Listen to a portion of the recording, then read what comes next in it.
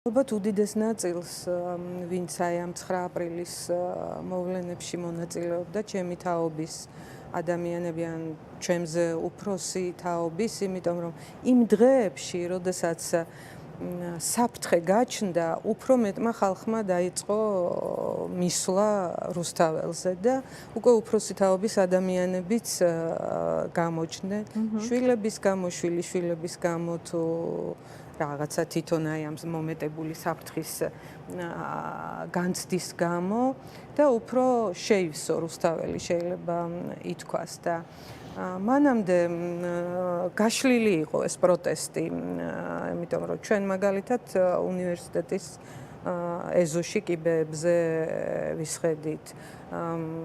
ტელევიზიასთან იყო აქცია, იქ იყო მაშინდელი პუშკინის ინსტიტუტი, დღევანდელი ილიაუნი, იქაც იყო აქცია სამედიცინოსთან, ტექნიკურ უნივერსიტეტთან სტუდენტები და ბოლო 2 დღე, ანუ 7-ში და 8-ში გამომდინარე ისევ ამ საფრთხიდან, რომელიც გაჩნდა და რომელიც გამოიწვია იმან, რომ თბილისში გამოჩნდა სამხედრო ტექნიკა. ამან განაპირობა ის, რომ ჩვენ მივიღეთ გადაწყვეტილება, რომ ღამე ყველა რუსთაველზე შევკრებილიყავდით. 12 საათის მერე წინა ღამეს ჩვენ ავიყარეთ ყველანი და წავედით რუსთაველზე, მთელი ახალგაზრდები, ყველა ამ ლოკაციიდან და იგივე მოხდა 8-ში ღამე, ანუ 9 აპრილს გამთენიისას, ისევ 12 საათის მერე წავედით. იქ ლოკაციები იყო განაწილებული, მაგალითად უნივერსიტეტის ლოკაცია იყო კინო რუსთაველი. იქ ვამაგრებდით, ასე ვთქვათ, ფლანგს ჩვენ და სხვადასხვა ადგილას სხვადასხვა ჯგუფები ნაწილდებოდით და ალბათ საფრთხის განცდა ესეთი გარდაუვალი არ იყო, იმიტომ რომ მე და ჩემმა მეგობარმა უნივერსიტეტის კიბე და ეზო დავგავეთ, როცა აიკრიფა მთელი ეს ხალხი წავიდა და ბუნებრივად დარჩა იქ რაღაც ნაგავი, დავგავეთ ეზო იმ განცდით, რომ ხვალ აქ მოვბრუნდებით და სუფთა უნდა დაგხვდეს უნივერსიტეტი. შევინახეთ საგანგებოდ ეს ცოცხები, სადაც ვინახავდით ხოლმე და ესე გავუყევით და იმ დღეებში სხვათა შორის იყო ნიშანდობლივი ის, რომ მთელი ღამე ცოცხალი იყო თბილისი, მიდიოდა, მოდიოდა ჯგუფები, ხალხი მიდიოდნენ რუსთაველზე, ბრუნდებოდნენ იმ მომენტში ბევრი ხალხი იყო დარბევში. იმ მომენტში აი სხვა დღეებთან შედარებით ბევრი ხალხი იყო სწორედ ამ საფრთხის გამო, იმიტომ რომ წინა საღამო რომ მახსოვს მე ძნელია ხა ღამე სათენებ და ერთ ადგილას იჯდე, ანუ და მიწვე და მიიძინო, ან ვერ დაჯდები და სულ მოძრაობდით, ხო, ყველანი გადავადგილდებოდით. მე მაგალითად მე და ჩემ მეგობარს, რომელიც სოლოლაკში ცხოვრობდა, მივდიოდით ჩაი და ყავა მოგქონდა მომიტინგეებისთვის და ეს რაღაცა ის იყო, თან ტერიტორიას ზვერავდით და იმ წინ დღით რომ დავდიოდით, საკმაოდ შეთხელებული იყო უკვე გვიან ღამე ხალხი და უკვე 8-ში აღარ იყო ისე უფრო მეტად იყვნენ ადამიანები და ხო გეუბნებით, უფრო ახალგაზრდებთან ერთად გაჩნდნენ უფროსი თაობის წარმომადგენლებიც. ვფიქრობ ხოლმე, რამდენი როგორ გამოიყურებოდა მიტინგი იმ პერიოდის განსხვავებული იყო სხვათა შორის. შესაძლებლობა არ იყო და სულ მაქვს ხოლმე კითხვები, ნეტავ თუ იდგნენ ადამიანები თუნდაც თავისუფლების მოედანზე, ვთქვათ, რა მასშტაბი იყო? თავისუფლების არა. ეს ლოკალიზებული იყო 2 ჩიტაძისა და მეორე რა ქვია ჭიჭინაძის შორის იყო ლოკალიზებული. ახლა ბევრი ადამიანი რუსთაველზე რო ვამბობ, რუსთაველის კინოსთან ჩვენ ვიყავით, ანუ ჩვენ ვიყავით განაპირა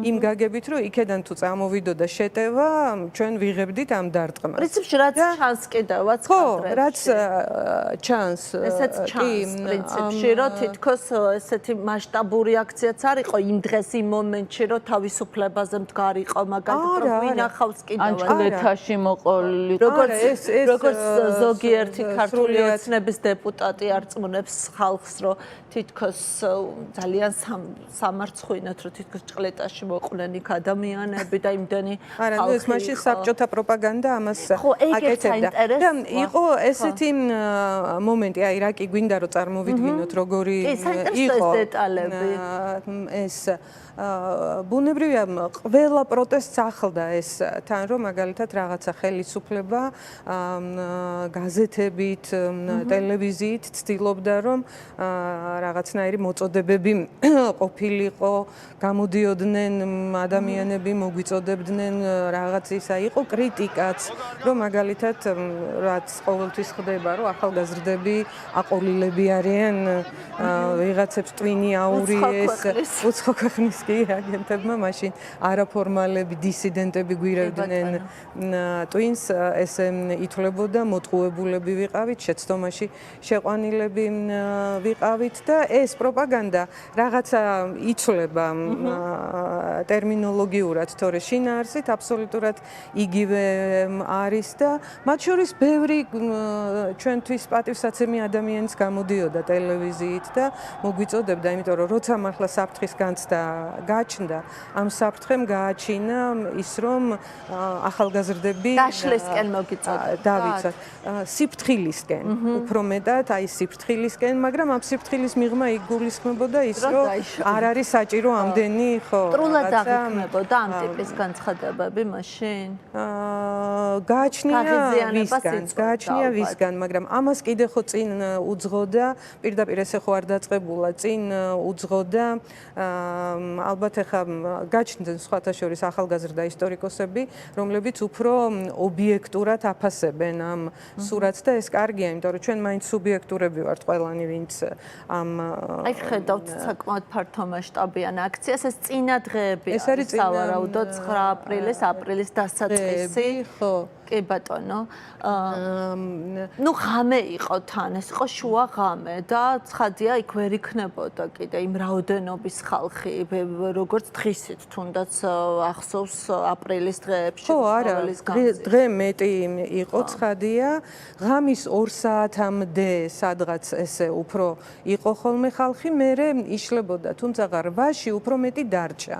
სწორედ იმის გამო, რომ სანაპიროზე ტანკები გამოჩნდნენ და იმ შემოგარენშიც ეხა თავისუფლების მოედანზეო შენ რომ კითხულობ.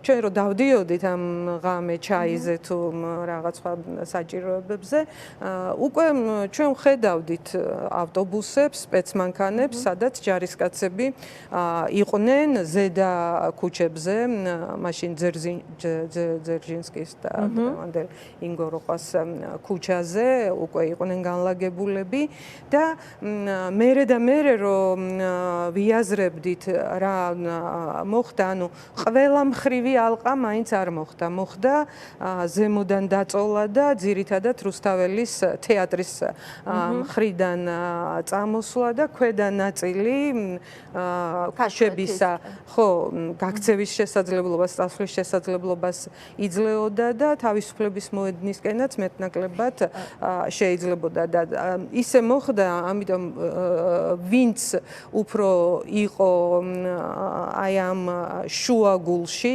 და უფრო რუსთაველის თეატრისკენ, იქ უფრო მოხდა, ასე ვთქვათ, პირველი დარტყმა. იმდენად, რომ ჩვენ იქედან რომ დავიშალეთ, ჯერ არ ვიცოდით იქ რა მოხდა. ხო.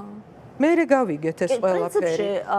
ეს ძალიან მესმის, რასაც ამბობთ, იმიტომ რომ ხო იცით, გამოცდილება ამბობს, გეუბნება, რა შეიძლება მოხდა, მაგალითად ახლა ჩვენ ნოემბრის დარბევები როცა იყო, საზოგადოების რაღაც ნაწილი საერთოდ ვერ ხვდებოდა, იმდენ მასშტაბური დიდი აქციები იყო, თუნდაც ამიტომ, რომ საერთოდ ვერ ხდებოდა, მაგალითად რა ხდებოდა ჩიტაძის ქუჩის კუთხეში, რომ ადამიანებს ცერდნენ და უსწორდებოდნენ. ამიტომ თავისთავად ეს აი, ყველაფერი გაითიშა. აი, მაშინ ხო ხა მობილურები არ იყო და ჩვეულებრივი სახლის ტელეფონებიც აღარ მუშაობდა რაღაცა ესეთი სიტუაცია იყო და ყველას ჰქონდა პრობლემა, რომ ოჯახებისთვის გვერგებინა და ნუ გვიან შეიტყვეთ მსხვერპლის შესახებ, ხო? გამთენიისას ჭორად იყო ალბათ. ჭორი, რაღაცა ჭორები დადიოდა და ჩვენი ინსტინქტი იყო, რომ ყველაფერს გამო, ყველა დროს მაინც უნივერსიტეტისკენ მივდიოდით და იქ ვიკრიბებოდით და უნივერსიტეტთან რომ მივედით,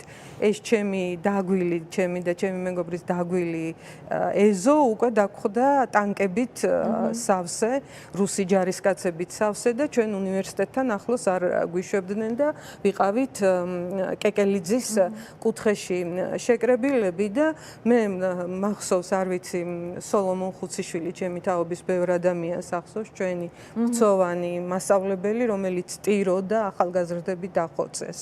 მახსოვს ლიზიკო სტუდენტური კაფეს დიასახლისი, რომელიც ჩემი ბავშვები, იმიტომ რომ ეს ლიზიკო დედას ვეძახდით, იმდენად გვიყვარდა და აი მაშინ ვიგებდით რაღაც ესე დაწიოკებულები ვიყავით შეკრებილი აქ და აი ყველა ვინც მოდიოდა მოქონდა რაღაცა შემზარავი ამბავი რომ და პირველ დღეებში კი არა კარგახანს მე ეს დღემდე არ ვიცი ეს რას ემსახურებოდა ჩვენთან მოქონდათ სიები სახელებით გვარებით სიები და გვეუბნებოდნენ რომ ესენი არიან დახოცილი ადამიანები. ჩვენ ხო ნახეთ ოფიციალურად ვინ გარდაიცვალა, ვინც დაადასტურა ჯანდაცვის ცოცხლებზეც გეუბნებოდნენ? მოდიოდა და აი სადღაც მაგალითად აი ხო იყო რომ მტკვარში გადაყარეს რაღაც ესეთი ხმები დადიოდა ბევრი და აი სია მოდიოდა მაინც და მაინც ჩვენთან მოვიდოდა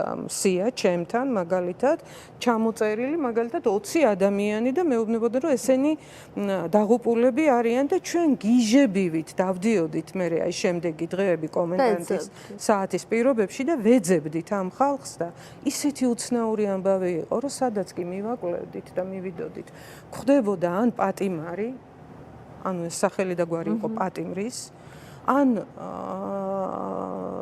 ფსიქონევროლოგიურ დისპანსერში მყოფი ადამიანი ესეც იყო პრაქტიკა საშინელი ადამიანის და დადგუნო რა იყო ხო ეს იყო ეთყობა ჩვენზე ზემოქმედების კიდე ერთი იარაღი რომ აი ვინც ვიცით ის კი არა მასიურად დაიღუპა ხალხი და ეს რომ მივიდოდით და გავიგებდით რომ ადამიანი ან ციხეშია ან ფსიქიატრიულშია და იმათი სახელები და გვარებია ჩვენთან მოსული როგორც დაღუპულების გაუგნებულები ვიყავით რა ხდებოდა ვერ ხდებოდა მაგრამ ეს მოდიოდა თითქოს საგანგებოდ ვიღაც იდგა ამ სიას შეადგენდა და მოიტანდა არ ვიცი სულ ვეკითხები ყველას რომ რა იყო ეს რა მოვლენა იყო რატო აკეთებდნენ ამას აკებე მუშაობდა ხო და მინდა ასევე ბოლოს კითხოთ რომ განცდა იმისა რომ თითქოს მე არ ვიცი შეიძლება ავწდები მაგრამ რაღაცა მაინც გონია რომ ადამიანები მაინც ვერ უშვებდნენ რომ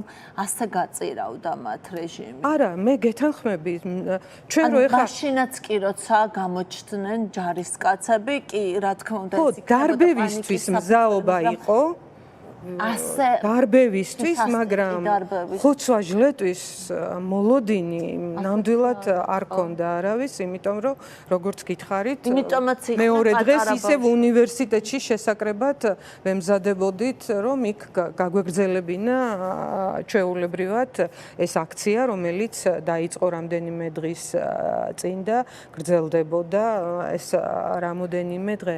არ ქონდა ეს მოლოდინი, მე არ ვიცი, შეიძლება ხა როდესაც იქ ცენტრალური კომიტეტის სხდომები იმართებოდა, იქ შეიძლება ვიღაცა მიცოდა ეს ინფორმაცია და სხვათა შორის საინტერესოა მე პატიაშვილის რაღაც ჩანაწერები გამოქვეყნდა აი ეს არ ამსუბუქებს ცხადია მის ასე ვთქვათ მდგომარეობას, მაგრამ ის ამბობს ესეთ რამეს რომ იქ რომ შემოვიდნენ როდიონოვი და კიდე ვიღაც რუსული სამხედრო პირი მთელი დარბაზი ტაში თვალით შეხვდა, რატო ხდებოდნენ ტაშით ამ ხალხს, რა საფუძველი ჰქონდათ, რატო უნდა დაეკრა ტაში და რამე პროტესტიც თითქოს არ იყო მიუხედავად იმისა, რომ ვიცით რამოდენიმე ადამიანი, რომელმაც არ დაუჭირა მაშინ მხარი აი ამ ძალისმიერი მეთოდის გამოყენებას და ჯარის შემოყვანას, მაგრამ მე ვილაპარაკოთ ალბათ იმაზე, რომ ეს თავისთავად 9 აპრილი რაც მოხდა და 9 აპრილი მერე რა არის? 9 აპრილი ხო არის ის, რომ ჩვენ ყოველ 9 აპრილს მივდივართ იქ სანთელს ვანთებთან, ყვავილი მიგვაქვს, თუ ეს არის რაღაცა ნიშანსვეტი, რომელიც რაღაც სერიოზულ ვალდებულებას და პასუხისმგებლობას გვანიჭებს თითოეულ. აუცილებლად მაშინ ხო იყო კი ეს რაღაც გაზი გაუშვეს და გარდაცვლილებისა იყო უამრავი მოწამლული ადამიანი და მერე სინდრომი რაღაცა პერმანენტულად ხალხი ხდებოდა და ხდებოდა ცუდად და საერთოდ რაღაცა ისეთი მძიმე შედეგი მოიტანა ამან და მაშინდელი გამოძიება რომელიც იძიებდა რა გაზი იქნა გამოყენებული და ისინი ჩვეულებრივად ჯალათები ამბობდნენ რომ არა ეს იყო ჩვეულებრივი მხუთავი გაზი და არაფერი სხვა, მაგრამ შემდგომში აღმოჩნდა